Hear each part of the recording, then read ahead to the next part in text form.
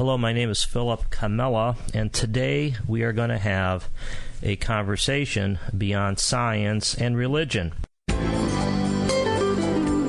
Breaking new ground in thinking, exploring the outer limits of what we know about the world and ourselves, unhindered by common beliefs and perceptions. This is Conversations Beyond Science and Religion, taking on subjects from the Big Bang, the multiverse, and evolution to the supernatural and the new rising consciousness. This is where scientists, philosophers, New Agers, and spiritualists come together to discuss where this world may be heading. Now here's your host, lawyer, philosopher, and the author of The Collapse of Materialism, Philip Camella. Now, the title of this show, Conversations Beyond Science and Religion, is supposed to convey the idea that we need to go beyond science and religion in order to finally make sense of the world we live in. During our upbringing in culture and education, however, we tend to simplify things to understand them. We categorize, classify ideas, give them a name, and then put them on the shelf as if the job is done. For example, if somebody is a liberal, they're supposed to have certain ideas. We could say the same thing for Republicans, for millennials, for all sorts of human and social categories. We do the same thing, however, for the big ideas. When we think of science, we think of the only legitimate way to view the world.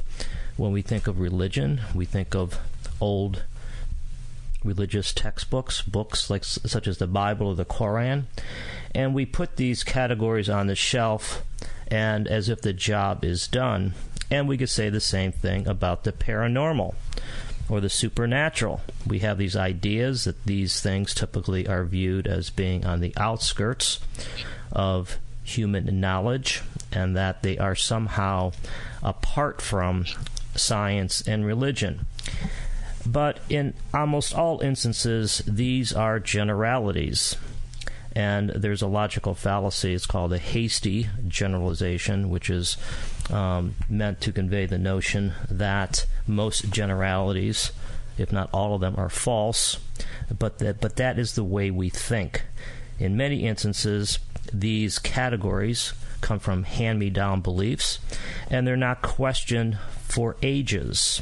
In further instances, we have culture itself protecting these hand-me-down beliefs, and I have some examples I will give on this show where essentially modern science tells us not even to pay any attention to the paranormal, and of course disparages religion and even the history of religion.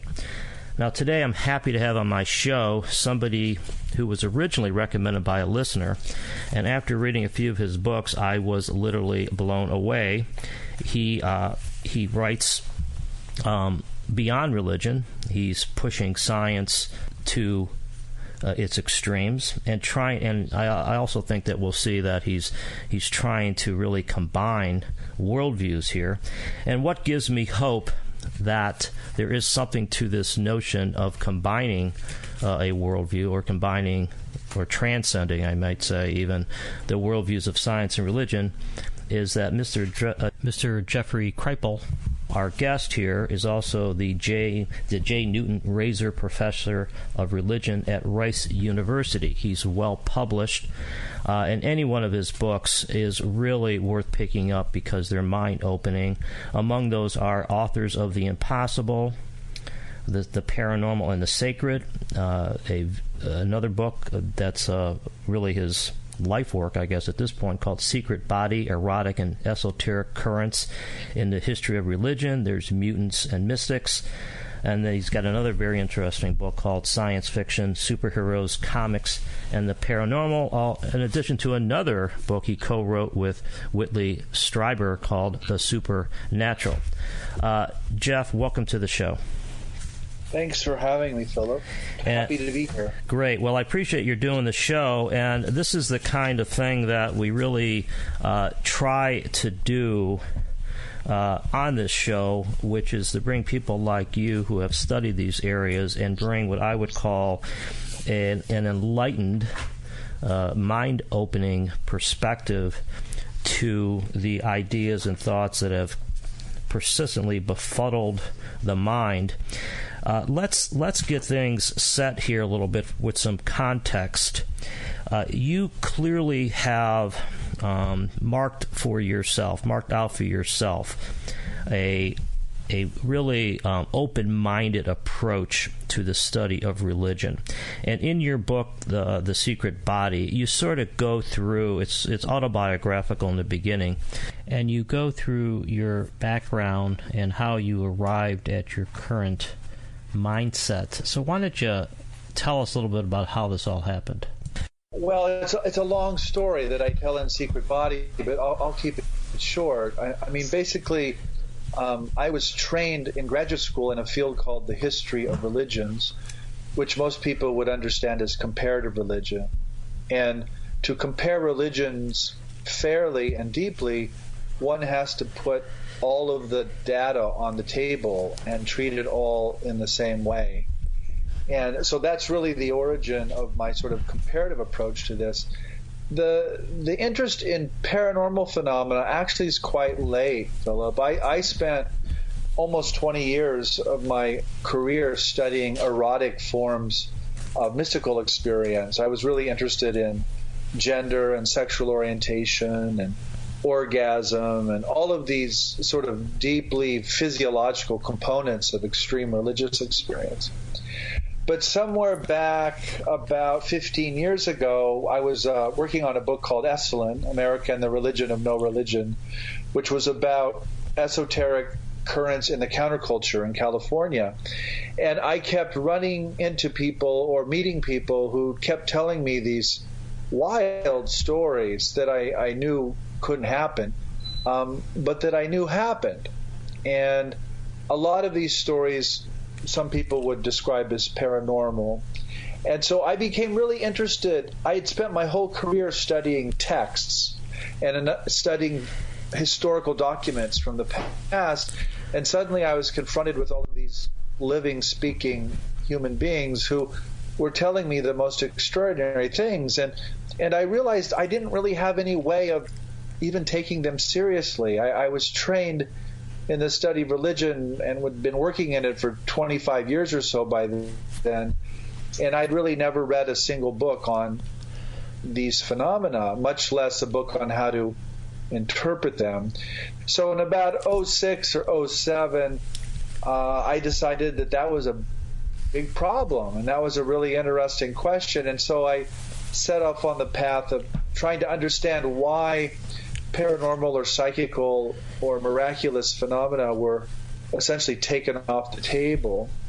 And that book became Authors of the Impossible, and then Mutants and Mystics, and then The Supernatural with Whitley, and finally Secret Body. So I've been at this about, 13 years or so now, and it's really my project, and I'm fascinated in it, not because I believe it all literally or think it's all literally true, but because I think these things happen all the time, and that they carry profound philosophical and even scientific implications that we haven't even begun to fathom. So why do you think that we categorize the paranormal the way we do in our modern culture? Because it's a problem obviously it's a problem from the scientific perspective, but it's also prevalent from the religious perspective. I mean, one of the things I'm going to quote here is there's this another book, because I tend to go back and forth between the orthodox scientists and folks like you and more original thinkers. Here's a book by Sean Carroll called The Big Picture, and Sean Carroll is a leading professor of physics at the California Institute of Technology. He's written all sorts of books, and he's actually a real smart guy. But he has this line in his new book called The Big Picture, where he basically says that most people believe in psychic phenomena, or many people believe in psychic phenomena, but they are, for the most part, dismissed in respectable circles of thought. So he's basically saying that nobody of intellectual rigor accepts the paranormal. What is your view of why that's the case?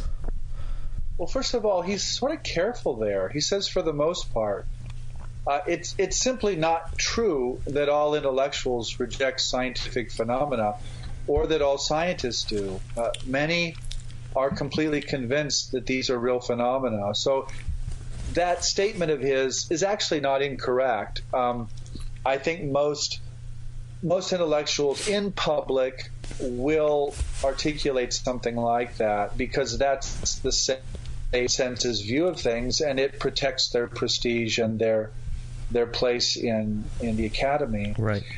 But the deeper truth and the more interesting truth is that scientists and intellectuals not only witness these things all the time, but they actually experience them all the time. And if you get a couple beers in them, or you get them out of the public eye and really start talking to them as human beings, they'll often open up and admit otherwise. So I think that's simply the human side of it. I think scientists and intellectuals are first and foremost human beings, and if they haven't experienced these things themselves, they have a family member or a loved one has, so they know better. But conventional science and its immense prestige and power and money in the public and industrial and military realms works by radically excluding all forms of interiority or subjectivity. Science is a method, and it works really, really well to manipulate the physical world toward the production of technology and phenomena. You have to remove subjectivity or consciousness from the equations to make science work. And that's why paranormal phenomena are so difficult for conventional scientists, is because by definition they always involve a subjective element. A paranormal event for me is simply an event in the physical environment which corresponds almost perfectly to some state of mind or consciousness in the witness or the human being experiencing that event. So there's no way to separate the subjective and the objective, or the mental and the material, in these moments. And science can only work by doing exactly separating the mental and material. So it's not that I'm against science, it's just that the scientific method is completely inappropriate to get at what's actually going on here, which is something profoundly subjective interacting with something objective. And that's the problem. That sounds too abstract, but that's basically the problem. Well, there is this fundamental assumption that modern science makes, which is that the world we experience is independent of consciousness, or that the independent world or that consciousness arises from the material world. And there is in Steven Weinberg's book Dreams of a Final Theory, which I refer to a lot, he's got a passage in there where he criticizes those who give any credence to the paranormal by asking the question, what possible physical force can be measured to prove a mind over matter event? In other words, science is looking for a particle being transferred from the brain to, like, the bended spoon, and they can't find anything. Therefore, the particle doesn't exist. Therefore, the spoon can't be bended. And so, by taking that structural assumption to the independent world, science cannot, to me, modern science cannot accept the paranormal because they have the materialistic preconception. And what you're saying, and what I would say, is that, well, that rules out a large part of the human experience, because you Correct. And so if we're going to be true scientists, then we're going to have to look at the full range of human experiences, including all this, like Moses parting the Red Sea. Well, or Moses bringing the Ten Commandments, or any of the thousands of paranormal, near-death, precognitive dreams, all these things that you write about in Authors of the Impossible and elsewhere. So we have to rule all that stuff out. And so I'm reading you as saying that we need to view the supernatural as really part of the natural, that there isn't a distinction between the real and the unreal, that it's really part of the same world. Is that a correct statement?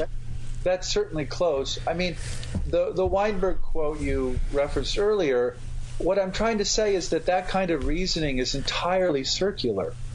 You begin with an assumption that there are only physical forces in the world, and then you say we can't find any physical forces in spoon bending, therefore it doesn't happen. Right. So you're just proving your own assumptions. I mean, it goes around and around and around. And of course it's true within those assumptions, but those assumptions are what I'm challenging, that the world is not just a collection of mechanical or mathematical physical forces, that it's minded, the consciousness is distributed throughout the cosmos all the way down and all the way up, and you cannot understand reality by just looking at in a third person objective way at physical forces. That'll tell you something, but it'll also erase a whole lot of stuff, and I think that's exactly where we're at. Yeah. One of the questions or one of the observations I would make here is, I'll ask you, I'll frame it as a question, and that is by classifying the supernatural out of the scientific world, have we restricted ourselves? Are we ultimately shortchanging ourselves as human beings by writing off the supernatural? Well, of course we are. But remember, again, when I talk about the supernatural, maybe we should tell your listeners, right, I'm using it in this with a space between super and natural.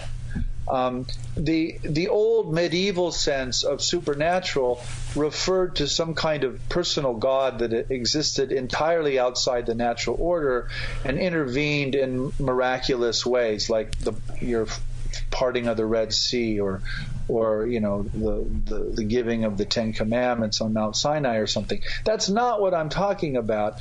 What I'm saying is that the sciences have fundamentally transformed our religious imagination, and that we can still talk about these extraordinary events, but they're probably better framed as supernatural, 2 words, not 1 word. In other words, it's the natural world behaving in a way that is simply beyond or above, super, to our present scientific understanding.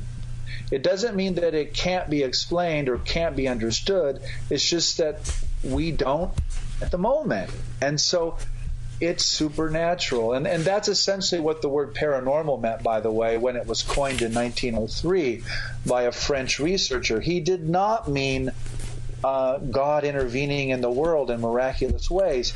He meant phenomena that happen all the time, always around human beings, that we don't understand yet, but which are very real. That's what he meant. Yeah, and that seems to be, pretty close to, it's similar to Arthur C. Clarke's comment about the difference between what magic and science, and what magic is something that people don't yet understand. I'm also looking at right now, as I was preparing for the show, on my shelf I have Lyle Watson's Supernature, written in 1973, and then here's Beyond Supernature. This is 1988, and these 2 books are sort of early books in looking at really the synchronicities of the nature, the fine-tuning issues, and he also gets into a lot of what we would call paranormal events. But I personally think that is a very healthy way to look at things, because it goes to this fundamental point of science, and it's not just science. I think it's fact gathering. I mean, I'm a practicing lawyer, and when you are investigating any event, you are looking at the facts, looking at what people say, and you're trying to judge them in terms of credibility. If you come into an investigation with a preconceived notion, such as all people that wear hoodies are therefore liars, or you think that all people under 5'8" don't have anything smart to say. If you come into any investigation with preconceptions, you're going to have a distorted conclusion. And I think it's so much more healthy to look at the facts, and then come up with your conclusions. Now, one of the issues here as well is that I do a lot of criticizing of science, and that's just one thing that I'm interested in, the whole materialistic framework. But is there also something here about religion? I mean, do you look at religion as also sort of expelling, if you will, the supernatural events? Is there, or in other words, does religion too have to change? Oh, absolutely. I've spent my whole life criticizing religion. I'm very critical of religion on a lot of levels. So here's the basic shtick, though, for me. I see paranormal events as proto-religion, as the building blocks of basic religious ideas and beliefs. So, for example, I think people encounter dead loved ones all the time, right, in their dreams, in physical form, on the deathbed. They have unusual experiences of departed souls. So you can well imagine how those paranormal events could then be built up into a belief in the soul, or the immortality of the soul, or the belief that we survive bodily death. And then those beliefs in turn can be built up into more elaborate religious teachings and rituals and institutions. And eventually you get religion. Once you get a religion, though, it has to protect itself from competing claims or competing experiences.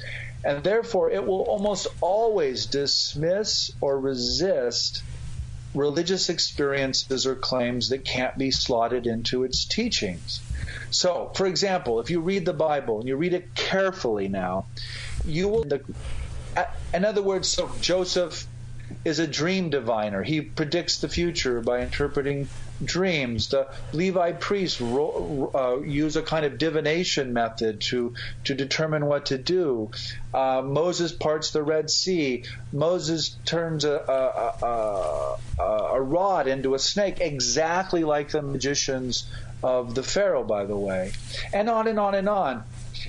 In the same text, however, you will find passages condemning mediums and sorcerers and any kind of attempt to contact the dead.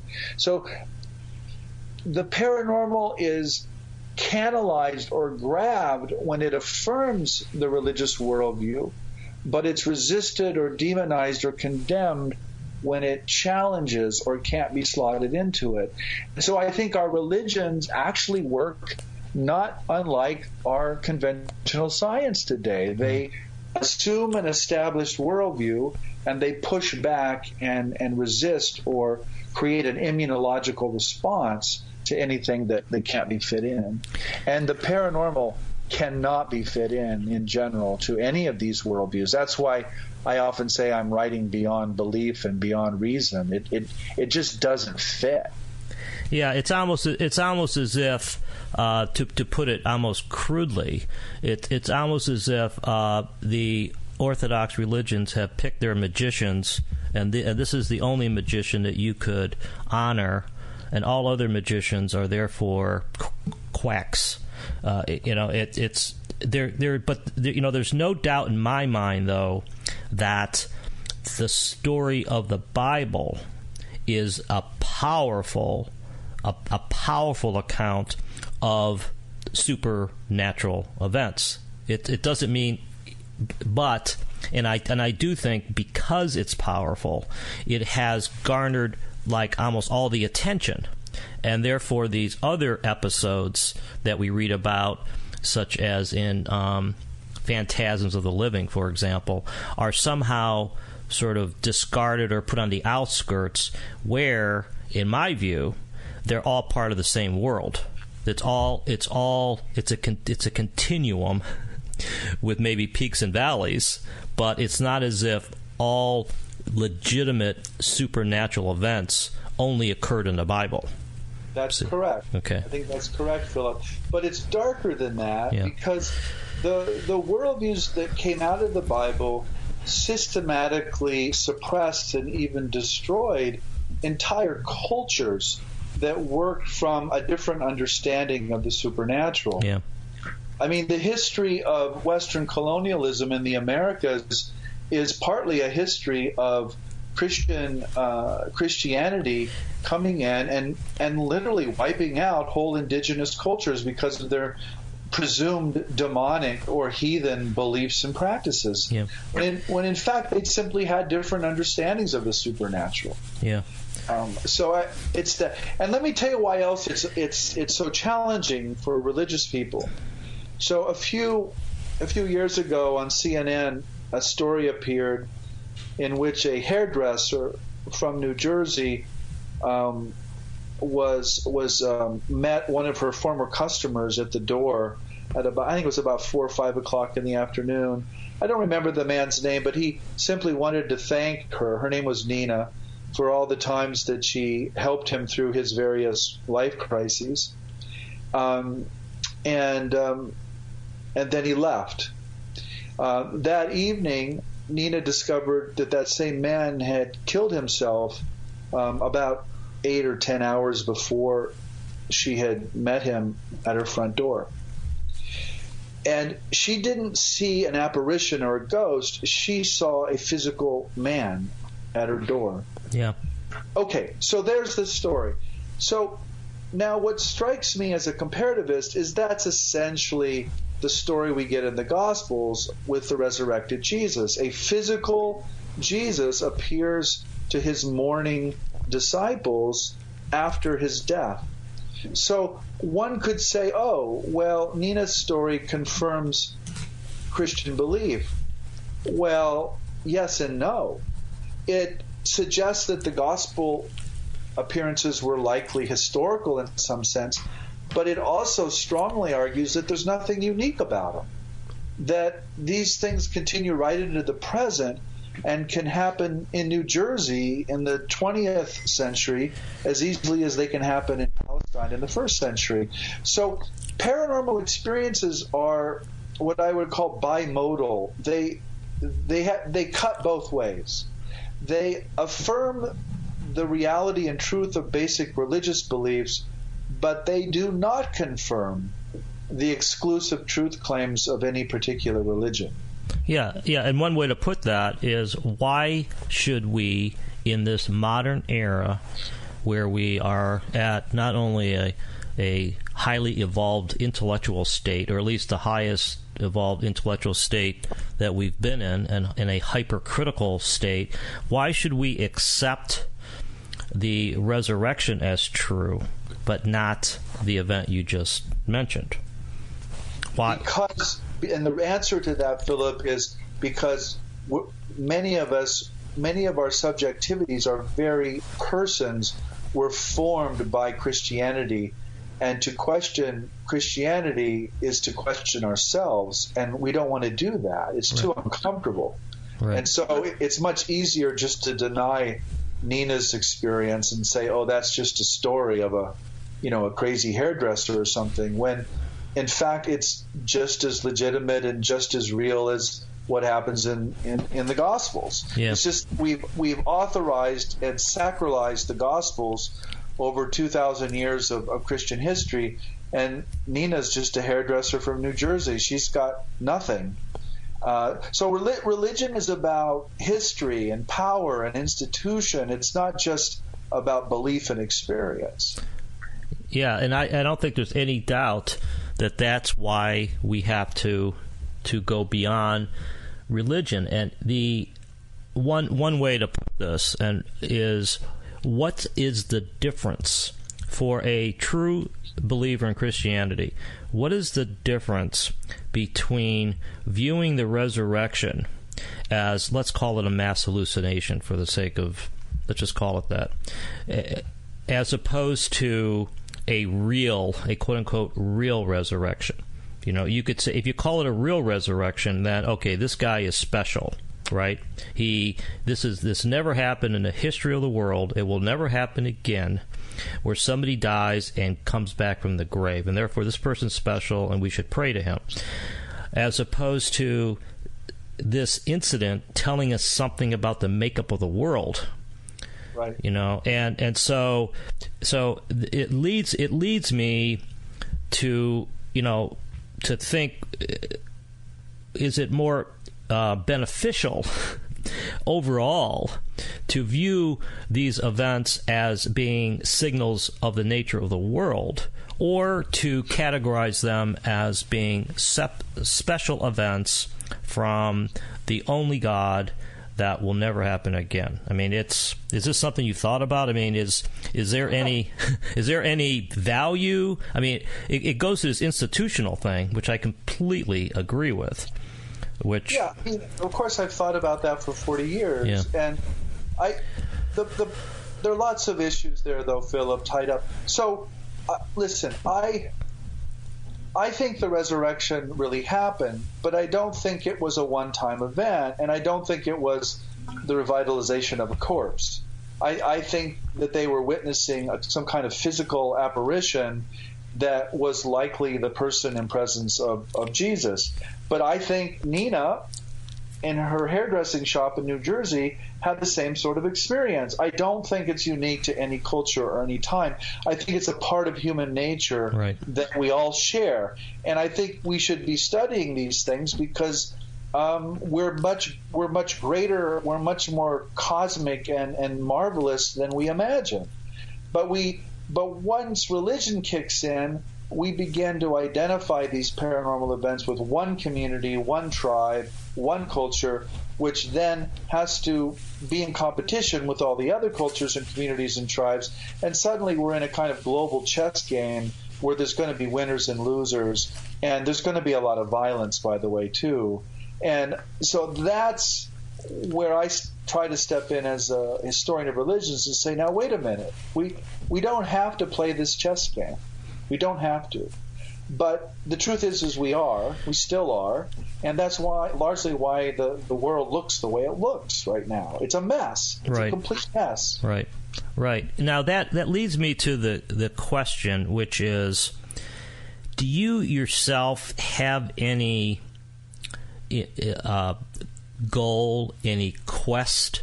Do you view yourself as you know, and obviously you're an academic, but you're also really pushing the envelope on our understanding of where religion and the religious experience fits in to our modern culture.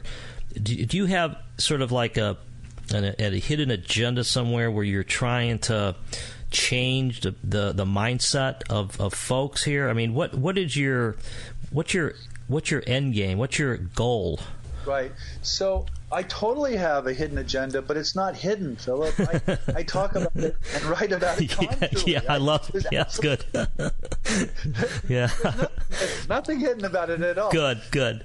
Here's what I'm about. Right. So I am a deeply, deeply religious man, but I don't have a religion. Okay.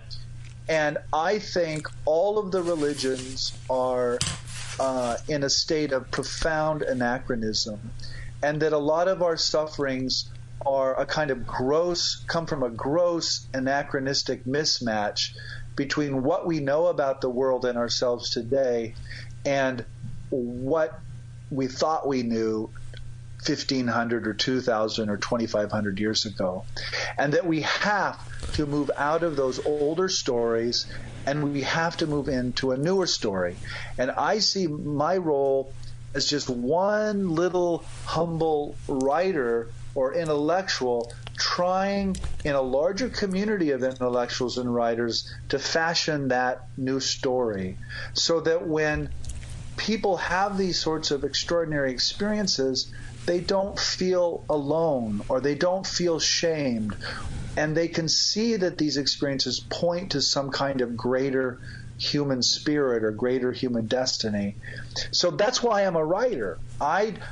As you know, if you read Authors of the Impossible, I don't see writing as some kind of mechanical cognitive exercise. For me, it's a kind of occult or paranormal practice that can actually conjure what it is I'm writing about. And so when I write books, that's really what I'm doing. I'm trying to conjure this new story or conjure this new world into being, which I don't know what it is, though, Philip. I'm with everyone else in the present, but what I'm imagining I'm doing is working for some future culture or some future story, and I'm not trying to defend or believe in some past story. Yeah, well, I'm glad that the agenda wasn't hidden, because it makes it, how can I put this, more real and more upfront, and I think it's got a better chance of succeeding. It's very similar to where I'm at, which is that when I talked in the top of the show about the way we tend to sort of classify science and religion, put the ideas on the shelf, what I think that does is I think it makes us take the world for granted. I think if I have one criticism, I have a lot of criticisms of modern science, but one of them would be that they take the universe for granted. They assume, if you really read about, and you may have done this, but I have, if you really read about how science believes the world was created, the universe was created, the best that I could find is this guy who came up with the quantum fluctuation theory. He says universes are just things that happen from time to time. That's essentially what the explanation is. And then when you move to religion, it's, well, God did it, God's in heaven, and it was a miracle, now let's move on. What that does to me, it makes us take the universe for granted. And I think when you enrich our perspective by treating some of these supernatural events as real, and you get into them like you've gotten into them and really looked at the basis, the stories, you see that we really live in an enchanted world, which is, I think, what you say and what I think is true. And I hope deeply that if we sort of ingrain the enchantment, if we really understand that's true, we might start being better people. I mean, that's sort of in a summary, where I'm at with this. And I sort of think that that's what you're saying as well. I hope it's something like that. But is that sort of, yeah. Yeah, that's that's it, basically, Phil. I mean, what I would say is that the religious answers and the scientific consensus are both way too certain, and that they shut down the questioning and they shut down the search. And I want to keep the search going, and I want to keep asking questions, because I don't think those answers are really satisfying. Yeah, well, that's really, I really, over the past, I mean, you've been doing this for a long time, and I remember, I mean, I have a philosophy degree, and I've been into this area for 30 some years as well, not obviously as deeply as you in the religious part of things, but I have seen a change, a more open-minded look at these very issues we're talking about. I mean, I mention a lot about how if you go back 30 years, there was a Tao of Physics, there was these supernatural books, there was the Phantasms of the Living, but there was some really classic books there. But over time, I think the credibility of the authors has increased, and I do think the acceptance has increased, but it's almost as if their ideas searching for a worldview. I would agree with that. I just finished a book called The Flip, and it's about scientists and intellectuals who are strict, hard-nosed materialists, and then they have some kind of extraordinary experience, and their world flips. They become convinced in the fundamental nature of consciousness. But they realized that actually their science still works just fine, that materialism was just an interpretation of science. It wasn't science itself. And I think more and more academics and scientists and people are willing to step out of the closet and say these things. And so I find a lot of hope in that. I with you, I think it's getting better.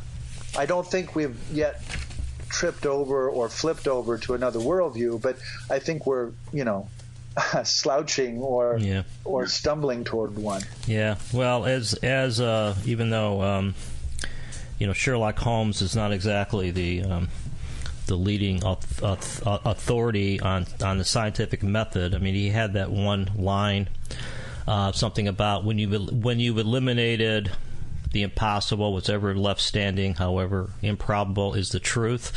And eventually, I just feel like if it's true, then it's going to remain standing. It's very simple.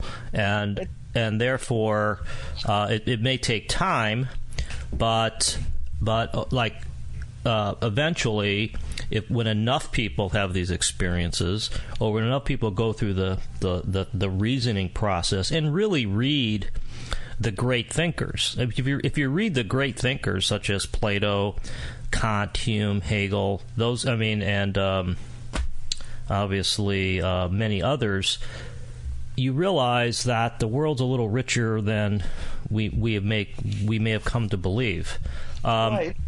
Right. And with Sherlock, I mean, that method might work just fine to solve a crime, but it's a horrible method.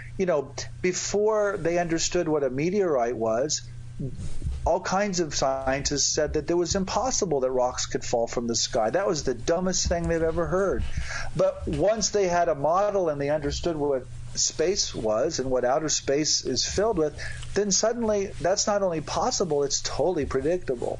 So what we think is possible and impossible shifts dramatically from century to century, and that's I think our real task here is because most secular people think that the paranormal is impossible, but that's just false. It happens all the time.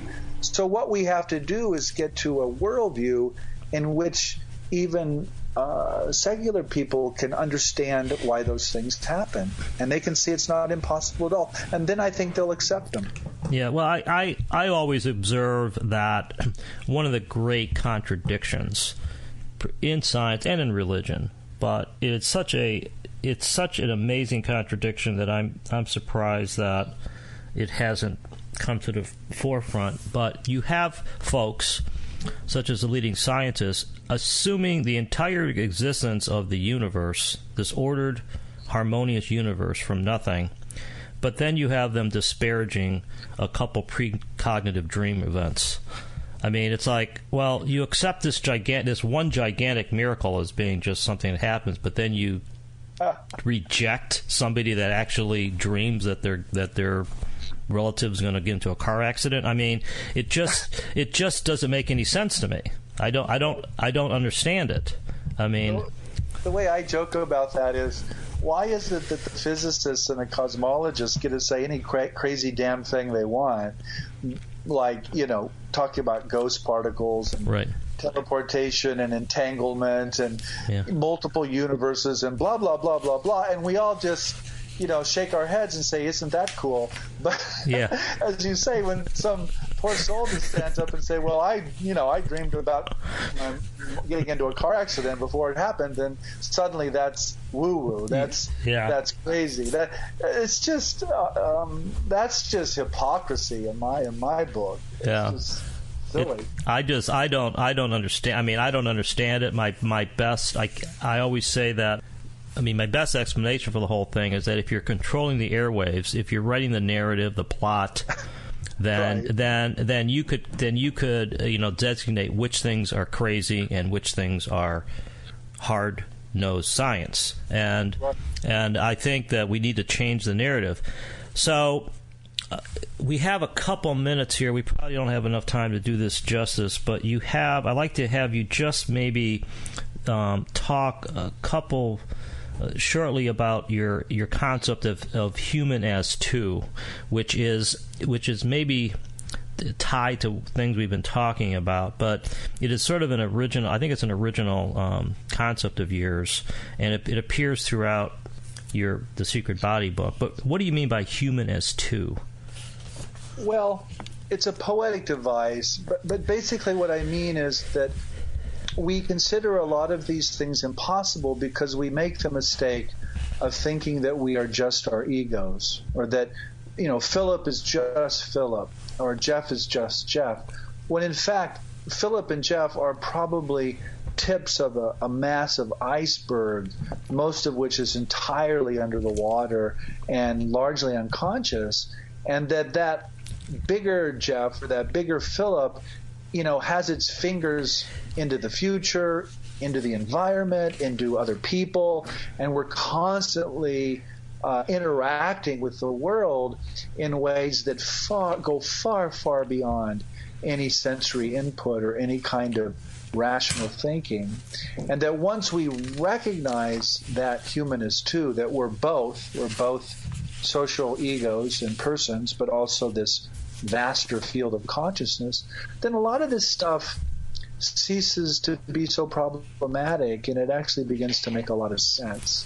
And so that's basically what I mean by it. Yeah, well, that's good to know. I mean, it's like saying, I always say that we are gods with a small g in training, and so it goes to this notion about writing your own story.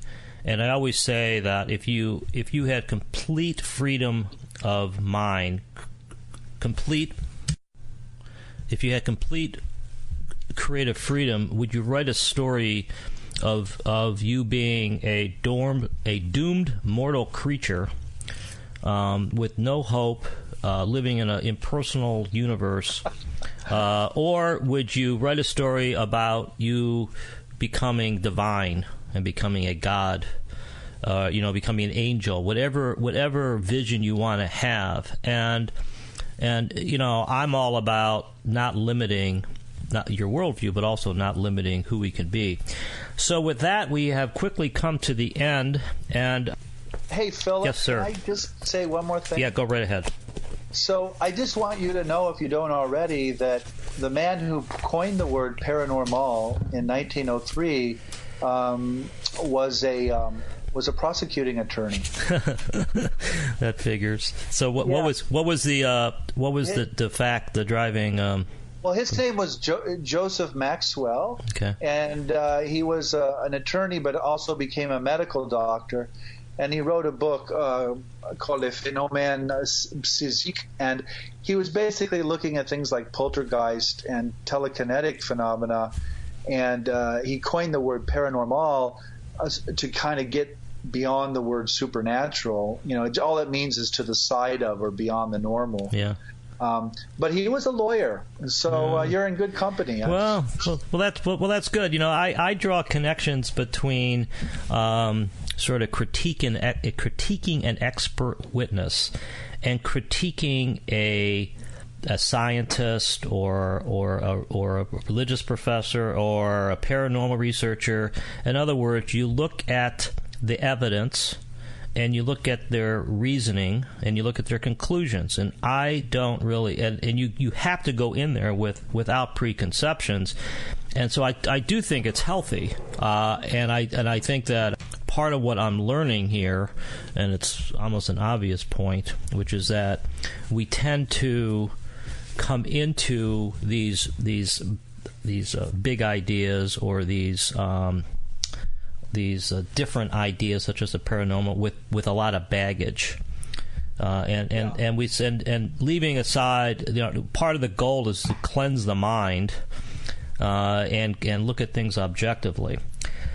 So I want to thank you very much, Jeff, for coming on the show. And at the top of the show, it is Jeffrey Kripal. And I want to point out that I would highly recommend any of his books. And maybe, first of all, I really liked Authors of the Impossible. But Jeffrey, if you were to tell a listener one book to sort of be the entryway to your thoughts and your thinking, which book would you recommend for the listeners?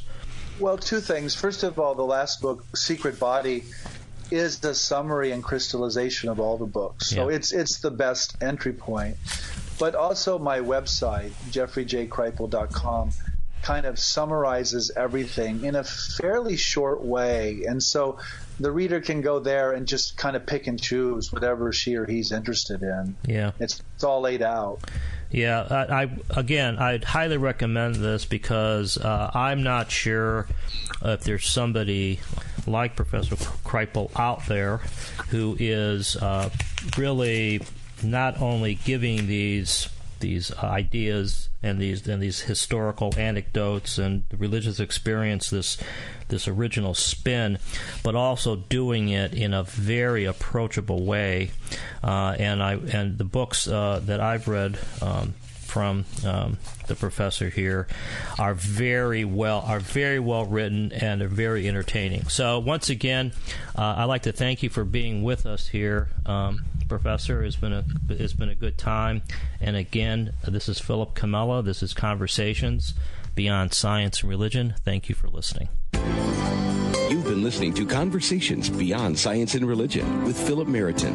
To find out more about Philip and his new book, The Heaven at the End of Science, visit heavenattheendofscience.com.